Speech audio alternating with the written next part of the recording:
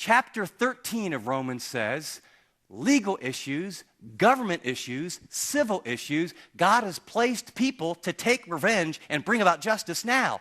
This is personal attack. This passage is not teaching that, hey, let's reward murderers. Let's bless those who persecute us. Let's buy them condos. Or, you commit murder or you steal from people. I'll tell you what, we got new cars for you out back because we want to. No. This is about personal attacks on your person, not legal issues, civil issues. The government holds the sword and will bring about justice in civil affairs. But two compelling reasons why personal retaliation is prohibited. The first one is because it usurps God's role as judge. It usurps God's role as judge. Vengeance is his responsibility. So God says, don't do it. If you do it, you're in my way. And for some of you, that sort of counterintuitive logic will really help you.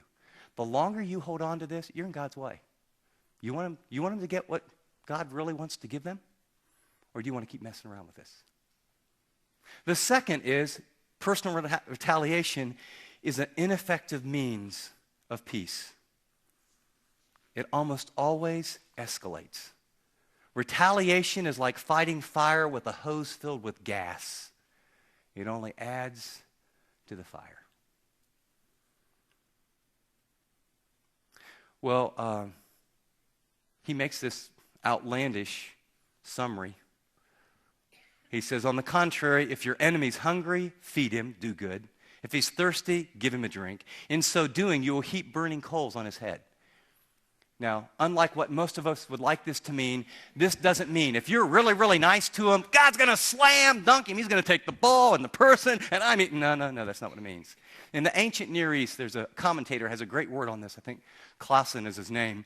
And he talks about in the ancient Near East in a tribe when someone was repenting and understood that they were wrong, is they would go into the village and they would build a fire and there would be coals and they would take a pot and they would take coals from the pot, and put it in the pot, and they took a towel and then they took the towel with the pot and they put it on their head and they would walk through the village.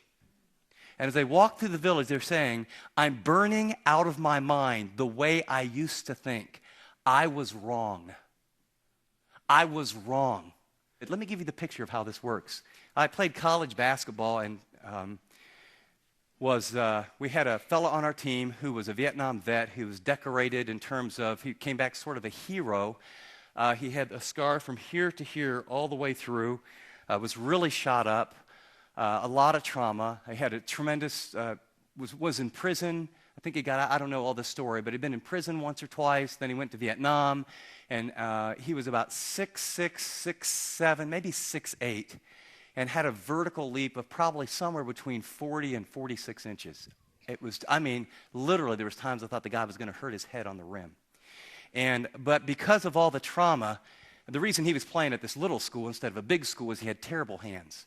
And sort of the neuromuscular, so, if you threw him a really hard pass, some of them he caught, and some of them sort of slipped through his hands. And, sometimes I'd watch him, he'd go for a rebound, he'd get it in his elbows by the time it got down. But, no one else was up there so he could get it. And his name was Jerry. And Jerry had been through a lot. His description is, I'm an evil man. And he wasn't kidding. He was an evil man. And he found out I was a Christian, and something happened along the way. He hated Christians. He hated Christians. And so, there's 4 girls to every guy on our campus. I had made a commitment to be sexually pure, and Jerry finds out about this, and all I can tell you is, some of you men know the level of dialogue in a locker room. And he just sliced me and diced me from morning to noon to night and said things about me.